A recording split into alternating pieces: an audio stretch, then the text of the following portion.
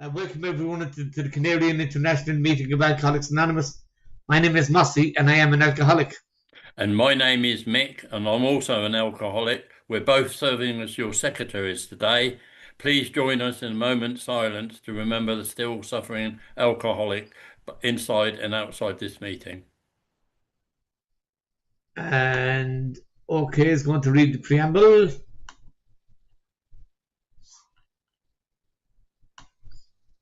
Thank you. I'm OK Jackson. I'm an alcoholic, and this is our preamble from the June 1947 version. Alcoholics Anonymous is a fellowship of men and women who share their experience, strength, and hope with each other, that they may solve their common problem and help others to recover from alcoholism.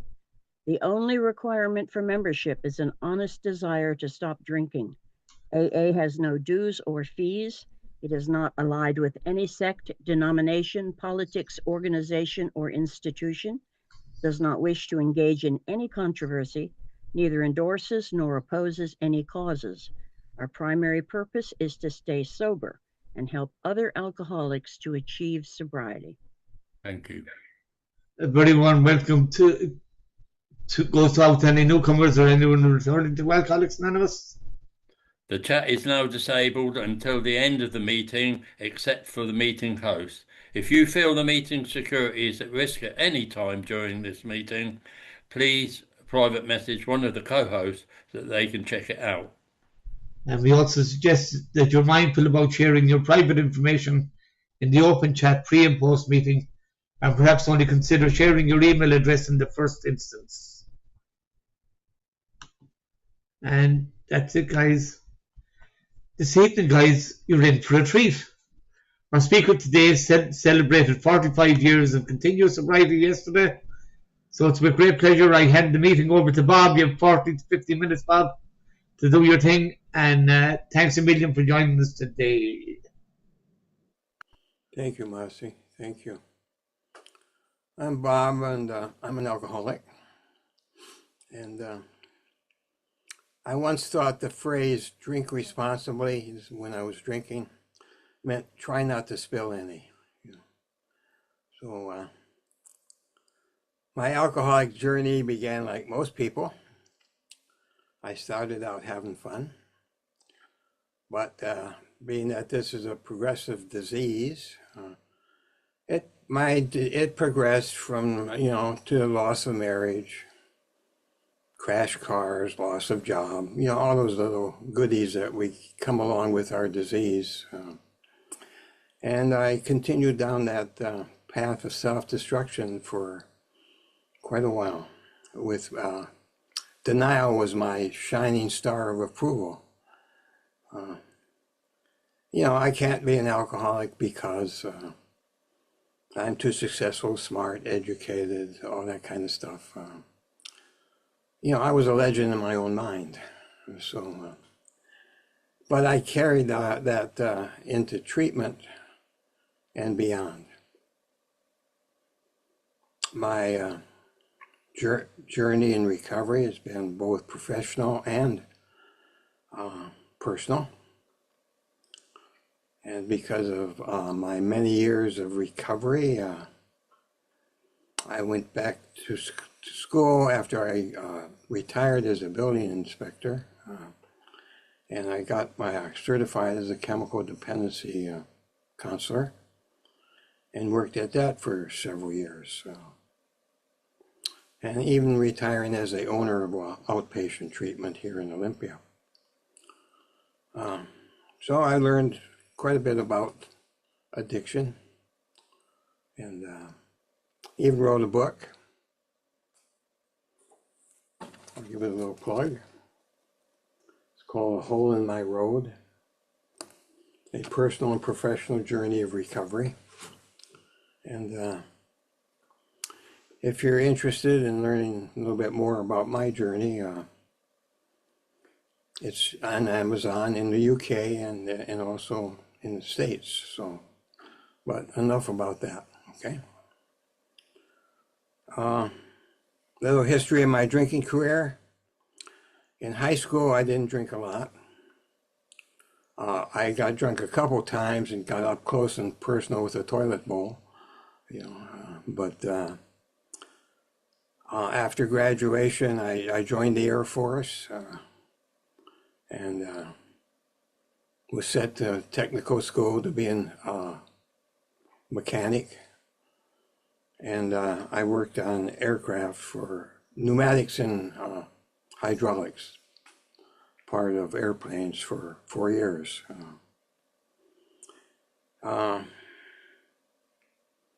When I got assigned to a permanent base after tech school, I spent most of my free time drinking beer at the Airmen's Club with like-minded young airmen, smoking and drinking beer and building monuments of empty beer cans as achievements of our manly achievements.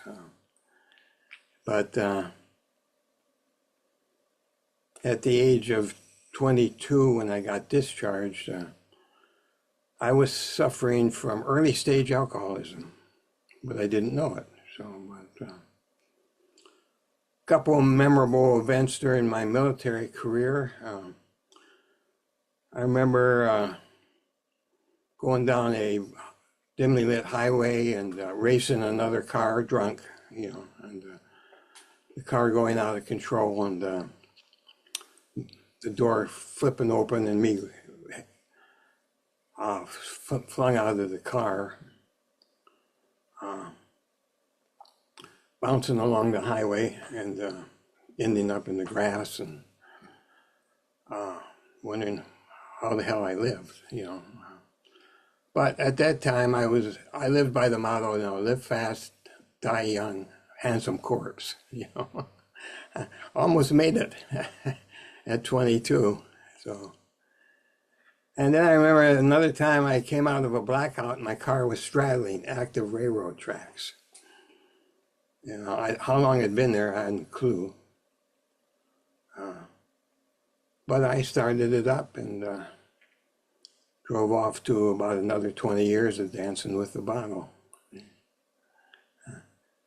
I guess the one military experience that I had was in a C-46 cargo.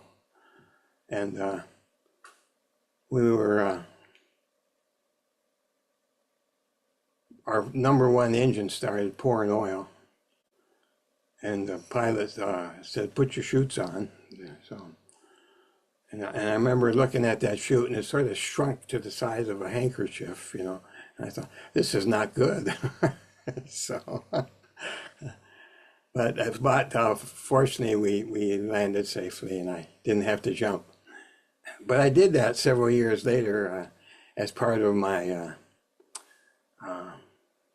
wish list, I guess, and it was fun, but many years later. So during the next 20 years or so, my disease progressed because alcoholism is a progressive illness. I was married, had 2 children, and a part-time father and husband because of my drinking, which had now progressed to middle stage alcoholism.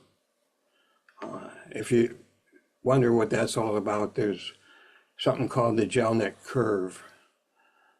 You can look it up, and it gives the different stages of the disease and what it entails. But my marriage was eventually doomed to failure. So in 1971, my wife strongly suggested that I call AA and check it out. So to make her happy, I did that, and it was the hardest call I ever made because my vision of an alcoholic was a late stage skid row bum. And that wasn't me. I hadn't reached that stage, Didn't even know anything about it. So, but But I made that call, and I found out that that meeting was being held in a church a few blocks away, and in fact, that same night. And that was interesting because, you know, a lot of AA meetings are held in churches. And that's a place where if you're drinking, that's the last place you want to be, you know. So God has a sense of humor. He really does. So, and I went there, and the people didn't suffer from permanent curvature of the spine or had warts at the end of their noses or whatever. And they just sort of looked like normal people. And it was interesting.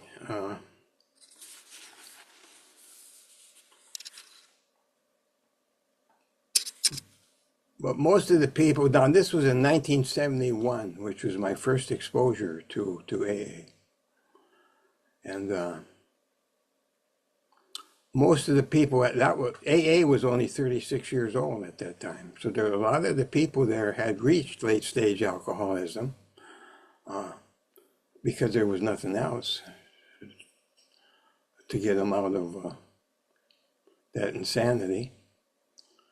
And they told some really, really heavy-duty stories.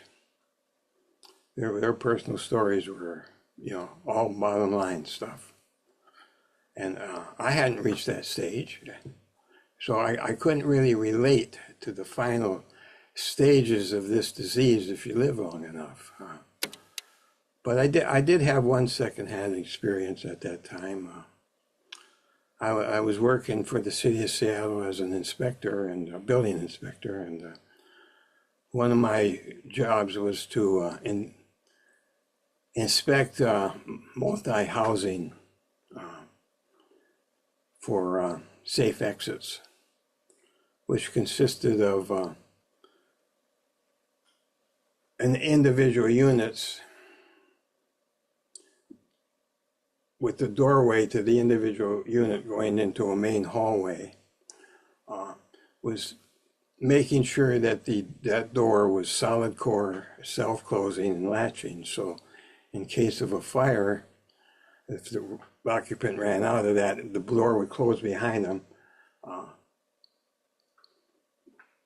containing that fire as long as possible. And another part of it was to make sure that the exit signs pointing to the stairways were self-lit. So in case the corridor was filled with smoke, people could see it, you know, to make their way out to the stair. And anyway, I was inspecting all these units, and they were, this building it had been built as a hotel, grand hotel, around the turn of the last century. But over the years, it had been converted into single dwelling units, many of them.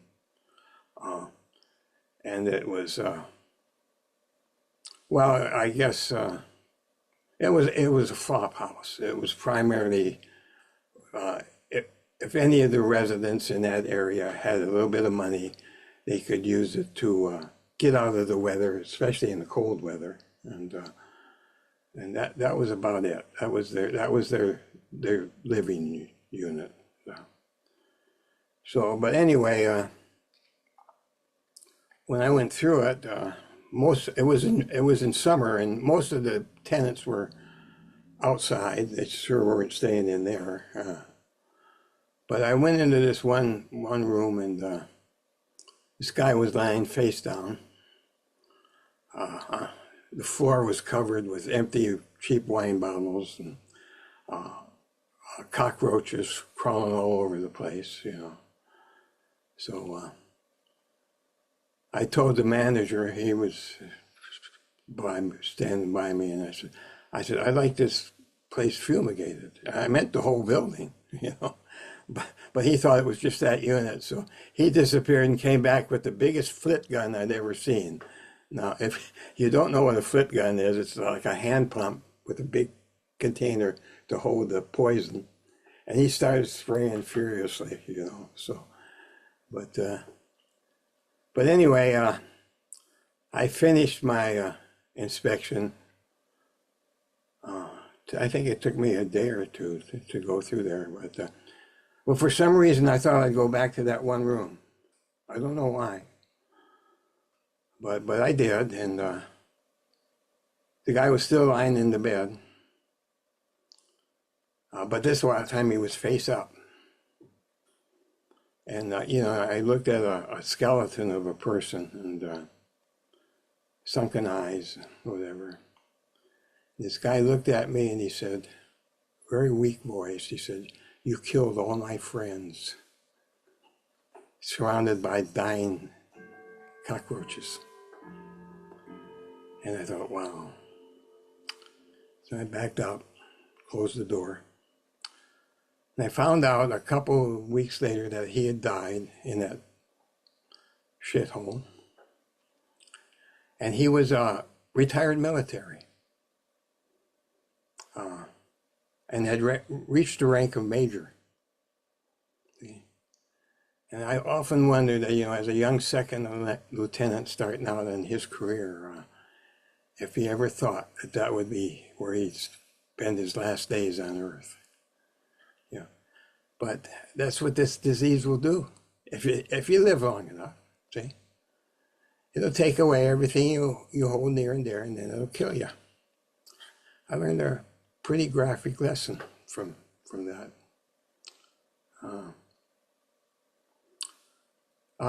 Anyway, I completed,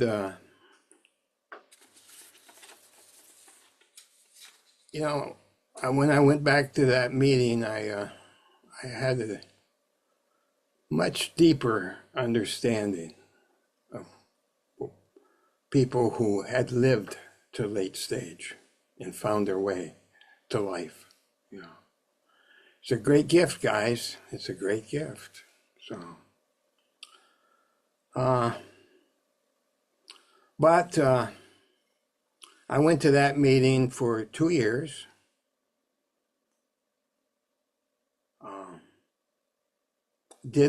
I read got the big book, read it, threw it up on the shelf, did that.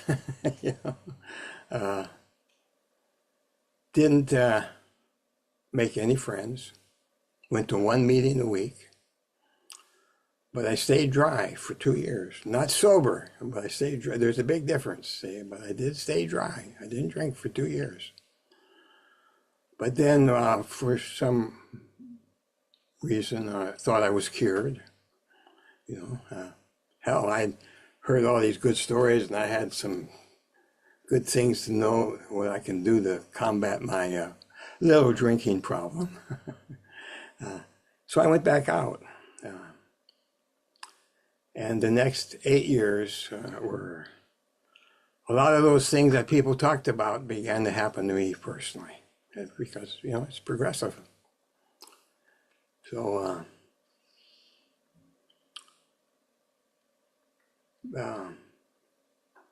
I guess some memorable highlights over that period was my wife finally said one day, "There's the door.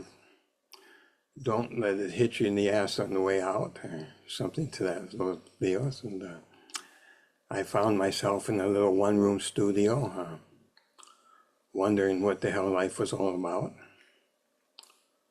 And even planning suicide. But fortunately, I found a lady, and we got married a couple years after my divorce. And she was a Berkeley flower child, and she drank like I did. In fact, she even snorted a little coke. This was a marriage made in heaven. But it only lasted about 4 years, and I ended up in a treatment center, inpatient treatment center. And I remember that it had a outdoor track which we would run for exercise. And I remember one night going out to that track and running it till I just collapsed. And I was crying. I said, wondering what the hell is life all about? Okay. Twice now, I lost everything financially, and but I still hadn't completely connected the dots that all these bad things were primarily caused by my drinking. Okay? So I continued to drink and got married again. Yeah. Everybody has to have a hobby, guys. Yeah, but that's a real spendy one. So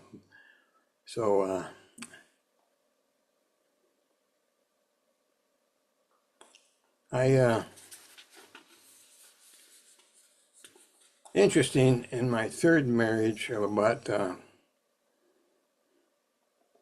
I learned that alcohol and drugs are not conducive to long-term happy marriages, because next month my wife and I celebrate 46 years of marriage.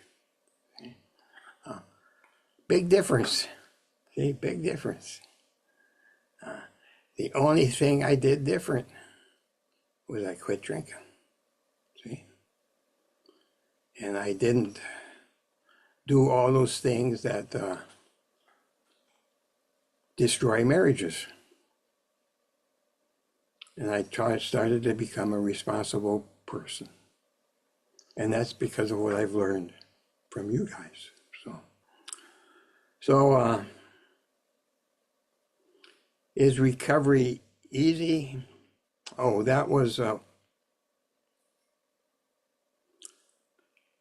one day.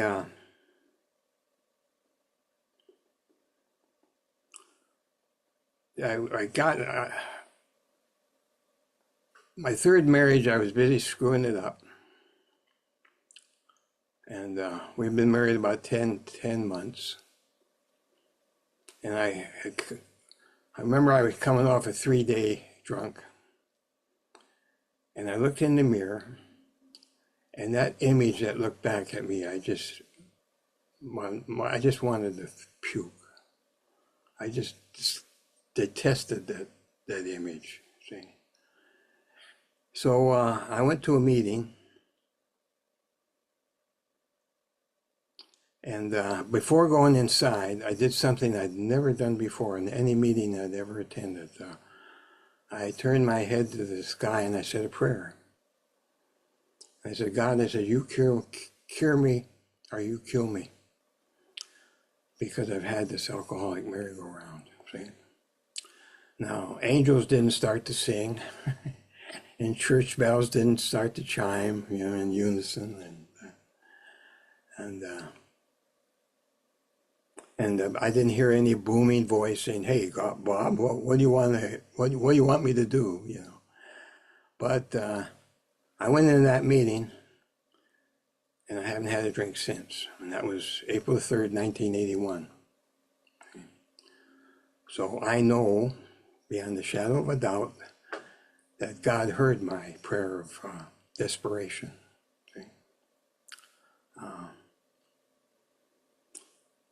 Is recovery easy? No. But you get a lot of help. See? I found over the years, most of us come in here, we work a program because we have to. See? Usually a lot of people come in here because of the courts, if you don't go to AA, we're going to throw you in jail, that kind of stuff. Or a spouse, or a loss of a job, if I don't. So it's, as they say in the big book, driven here under the lash of alcoholism. And that's basically the primary motivator of why we get here in this program. I've met very few, if any, volunteers. Somebody wakes up one morning and says, "Oh boy, I think I'll go to AA, straighten up my life and live good." Yeah, it doesn't work that way because we're so deep in denial. But then, if you stick around and you start listening to the people, you become willing to go to those meetings. And so you start maybe even looking forward to it, to hearing people, especially people you can relate to, of how they're staying sober. And then, and then finally, we work our program because we want to. If anything else, I've received thousands upon thousands of dollars worth of free psychiatric help. And why? Because of people like you sharing the one thing we've got is our experience, strength, and hope. See? And how to deal with life on life's terms, the good, the bad, and the ugly, without resorting to drinking or using drugs or any mind-altering chemical. See? And that I've learned in AA. See? But I had to become willing to listen to what you were saying. But God, when I finally did, it just keeps enriching my life. I remember I was relatively new in AA, and I heard a tape from a guy who at that time was a speaker in AA, circuit speaker. He asked the question. He said, "If I took a drink today, what would it cost me?" And I thought, and I was relatively new, and I thought, oh, that's easy. It's what I was drinking. And where? See? Was I drinking beer, or was I drinking out of a champagne glass, one of those nice little drinks with the umbrella on top? They cost more money than a can of beer. Or was I drinking at home or in a nightclub? That's what it would cost me, just what I was drinking and where. Wrong answers. See, this guy, he mentally put on the bar his wallet. He said, "Take my money."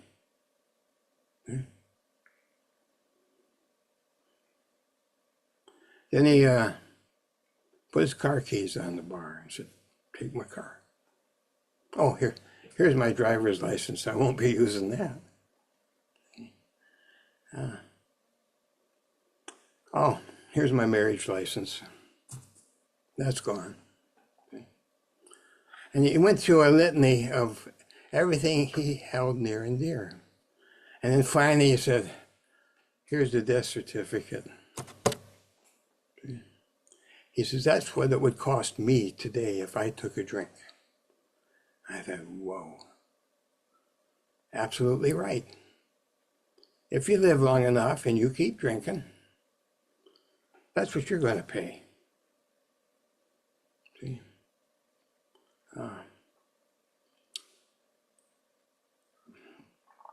Today, I'm retired.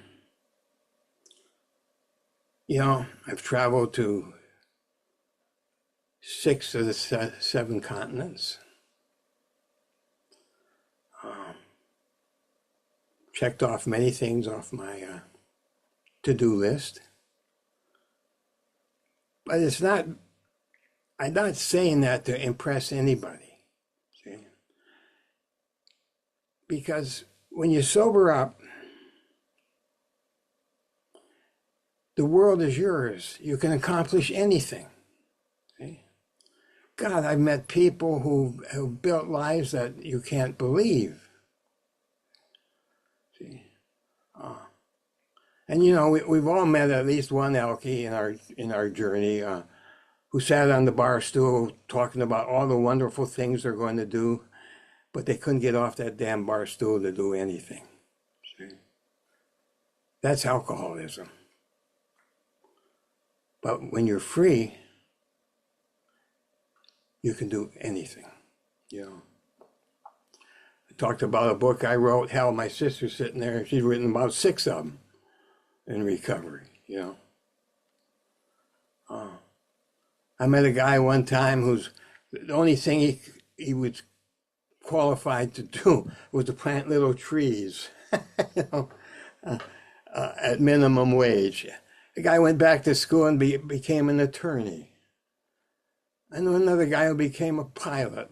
You know, I mean, the list goes on and on, because the world is yours.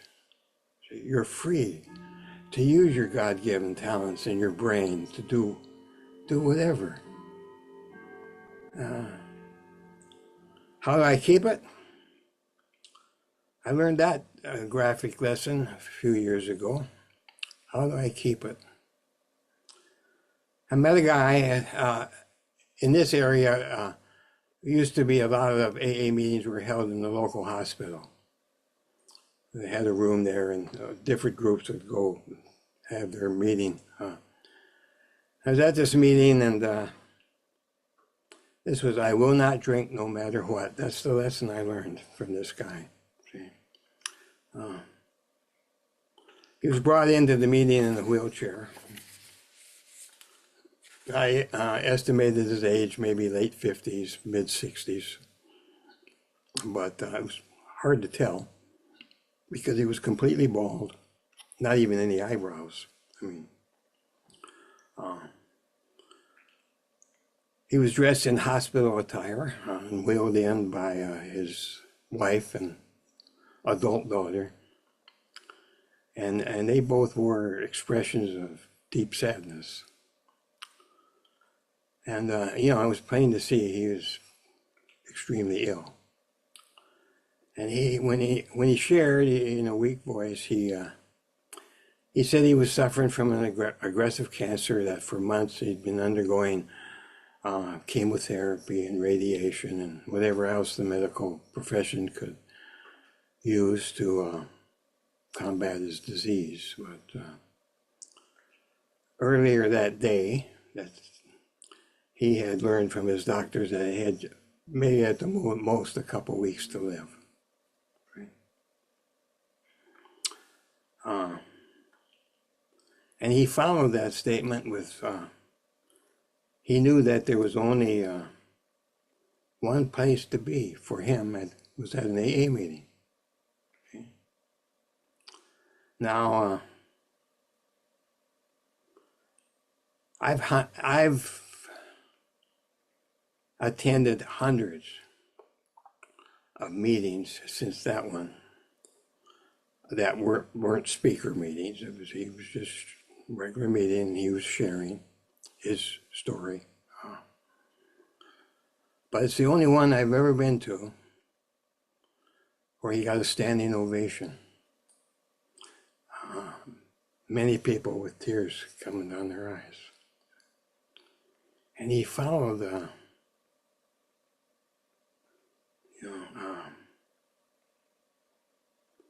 I will not drink no matter what. Okay. You know, if you want to drink because your car won't start, you know, or whatever major thing, think about that one.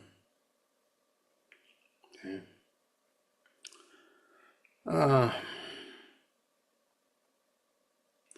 You know,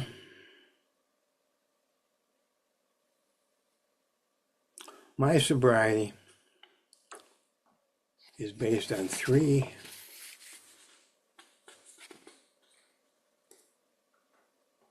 very important facts. The first one is this wonderful program called Alcoholics Anonymous that was put together 90 years ago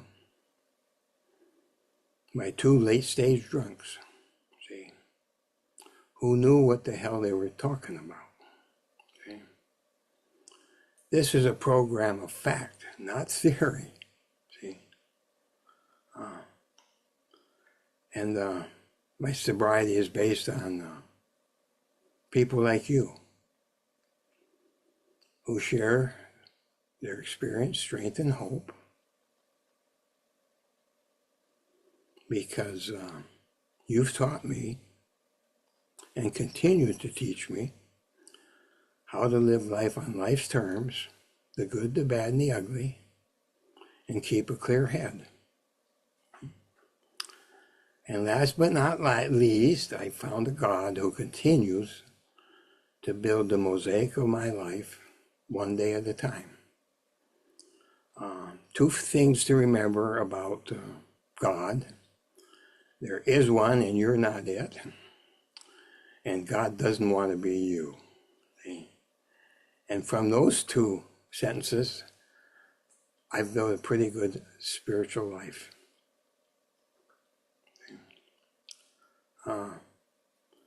Recovery, said in a different context, but right on. Free at last, free at last.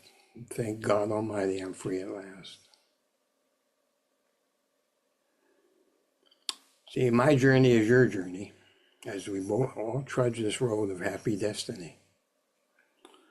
You know, when my mom and dad were alive, I'd get together periodically. They lived in Georgia and I lived way out on the West Coast, but every once in a while, I try to make at least once or twice a year. I try to go see them. But every time after we'd been there and I was getting ready to leave, my dad would smile. You know, he'd point his finger at me and he'd say, "You stay sober now."